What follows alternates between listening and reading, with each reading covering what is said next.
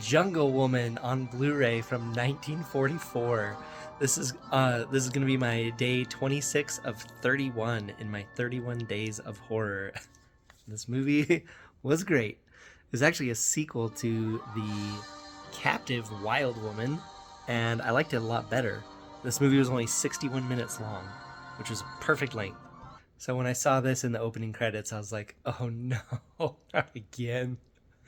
Uh, because the last movie was like half an hour too long with just so much circus animal footage, and this movie, it started. There's like a crime that gets committed at the very beginning of the movie, and then for the rest of the movie, it's basically like flashbacks to what happened, and multiple different people's perspectives. And when it goes to the people's perspective from the first movie, it basically just shows flashbacks to the first movie, and it's more just like circus animal footage. And I was like, oh no. But so I was like, oh no, this movie's doomed. It's just showing more of this like on and on and on circus. But it actually gets really awesome really fast. So you get this old guy just walking in the dark. Look at this. I think we're trying to substitute head banging and jumping up and down for an actual violent attack. Uh-oh, what's he gonna do? He's going in for his pocket. Is he gonna get a gun? Nope, nope. He's got something in his hand. It's not a gun. Is he gonna get her? Oh. Got her. So this is the doctor that just got attacked, and he's now on trial for murdering a woman. But he's basically arguing that it was actually a beast that he murdered or killed. So it actually shows the cast from the last movie. Look at these guys right here. But there has to be a spicy new young couple. So as the young date night movie-going 1944 audience, we have zero interest in these two who are already married. We're interested in this new spicy young couple over here who aren't married yet, and will they get together? So for a significant portion of this movie, it's just showing footage of the last movie and not the good footage. Well, some good footage, but it's just like, how much actual new movie did they make? Like, how much of this movie is just a repeat of another movie? The answer is probably, like, this movie's only an hour long, so probably 10 solid minutes is footage from another movie. So this movie's really like 50 minutes of new stuff. So this guy, boop, he bought the property and the laboratory and all the notes and everything of the, what's his name, John the guy that died in the last one, Carradine. Anyway, the guy that died in the last one, he bought his place. So now you have another scientist in a scientific place conducting science. And he has like this slow guy that's one of his patients, I guess, or like servant or something. She won't say nothing. And he finds her. Maybe she's one of the new patients, huh? Who died in the last movie, by the way. Boy, oh boy, oh boy. This place is getting better all the time. Now that'll do, Willie. You go to your room. I seen her first. That's true, Willie, but listen to what he says. You should be back in your room. Oh, it's a jib. So yeah, she died in the last movie, and she's alive now because he took the body home and there was a faint respiration. So she's alive. But this guy, he's like, I found her first. And then I don't know if you heard him, but he's like, okay, that's enough. Go to bed. And he's like, oh, what a jip. And then he says it again. So she takes an aggressive liking to the fiance of the doctor's daughter and basically wants to kill anyone that gets in the way of that. And he's still trying to impress her. So he's bringing her food, which is kind of sweet. But the nurse shuts him down and gets him out of there. Room. Oh, it's a jib. Everyone's just dismissing this guy all the time. So in the last movie, Captive Wild Woman, she, like, basically her whole acting was just having like big eyes and like looking moderately disappointed or interested occasionally. She does a lot better in this movie because they kind of train her to talk. In that case, it's actually kind of, she was more like Frankenstein monster in the first one where she just kind of lumbered around.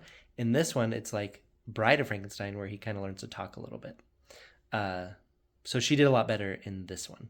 She also had a lot more to do, so maybe that's why she did better. All right, this character. So she's out wandering in the bushes, and the big Lenny of Mice and Men character is I think it's Lenny, or what was the other character? Anyway, it's the big lumbering slow of Mice and Men character is out creeping around in the bushes as well, and he sees her, and he has very innocent intentions, but he admits he's very lonely. But the reason this scene is so amazing is look at her head when she sees him. Just watch what her head does. Okay, watch her. Watch her face. Nope. You see that? She like looks away and she shakes her head. She's like, nope, and just disappears. She's like, I do not want to be around this guy. Paula, So she pops I out, don't know why you want to run grabs away her from arm. me. Oh, don't She be tells him mad over like and that. over No, and wait. over to Oh, leave her Paula. alone. Don't follow me. And he wouldn't leave her alone, and so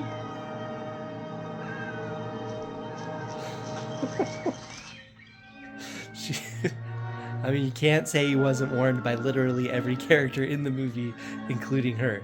Not that he deserved to die, but he probably could have avoided that. All right, so it is really hard to see through the water right here, but I think this is the actual actress swimming under the water in her dress, if I'm seeing correctly. And she's basically stalking the spicy new young couple because she needs to destroy the female so that she can get the guy. But check this out. Like, you can see the pattern of her dress. Anyway, this leads to the coolest shot possibly in the whole movie. Right here, look at this. It's just like Jaws or something. It is so cool. These movies are so interesting when they have such like calm, happy, lovey moments, and then they just get interrupted by like scary monster stuff. And that was straight up like a Universal Studios like Jaws, where the guy gets pulled backwards under the water and then the blood just like squirts out of the water. You can see the pattern of her dress as she turns. Look at that. That's pretty cool.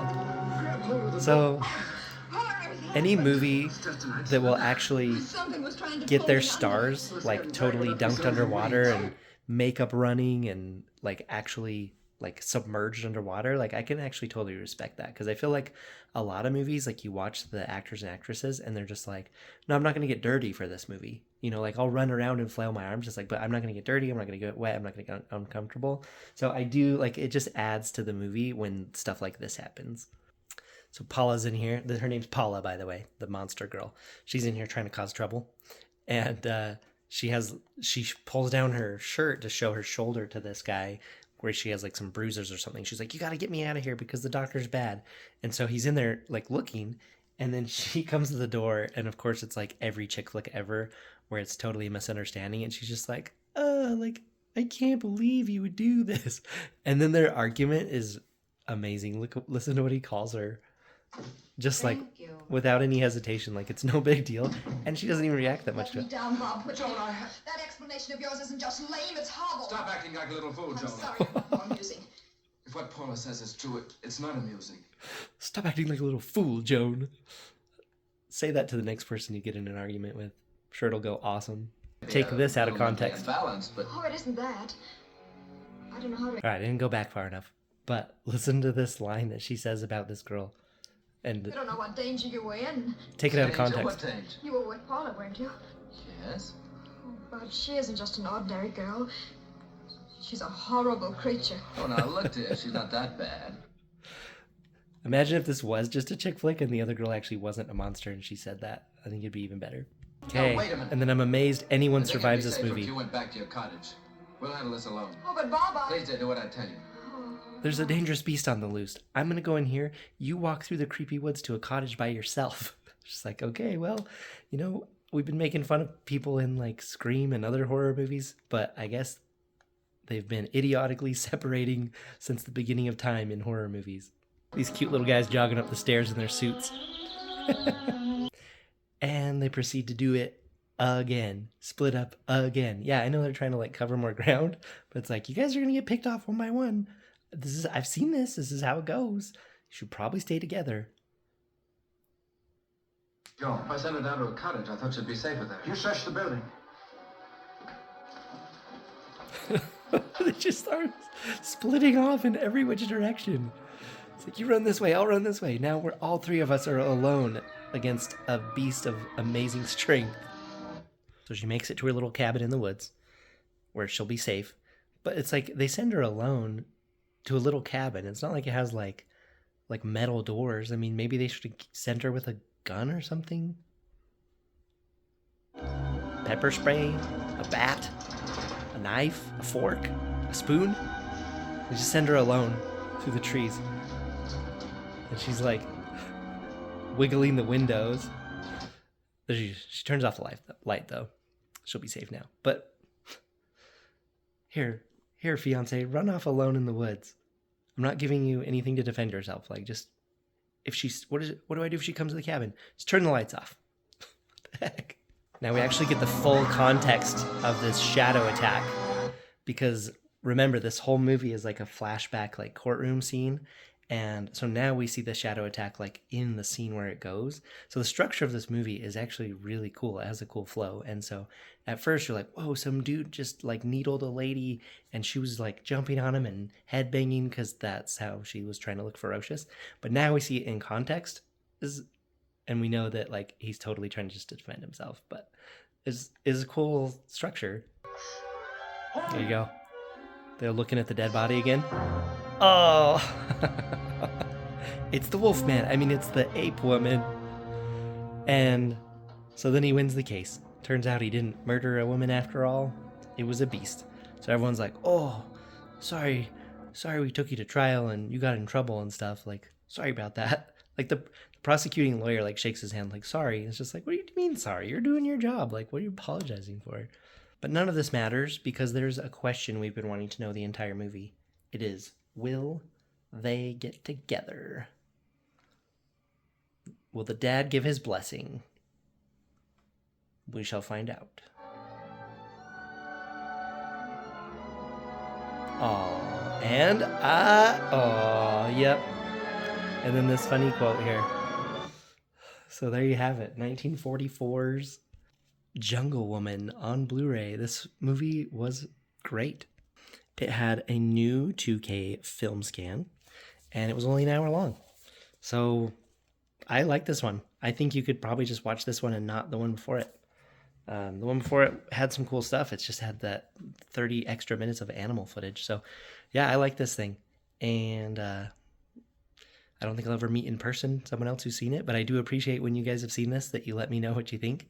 So this has been day 26 of 31 in my 31 days of horror for 2023. So stick with me if you like this review style, because this is kind of how I do it. And I'd love you to push the thumb button up or down and say some words, and push the subscribe button as well. So anyway, thanks for watching, and I'll see you in the next one. Bye.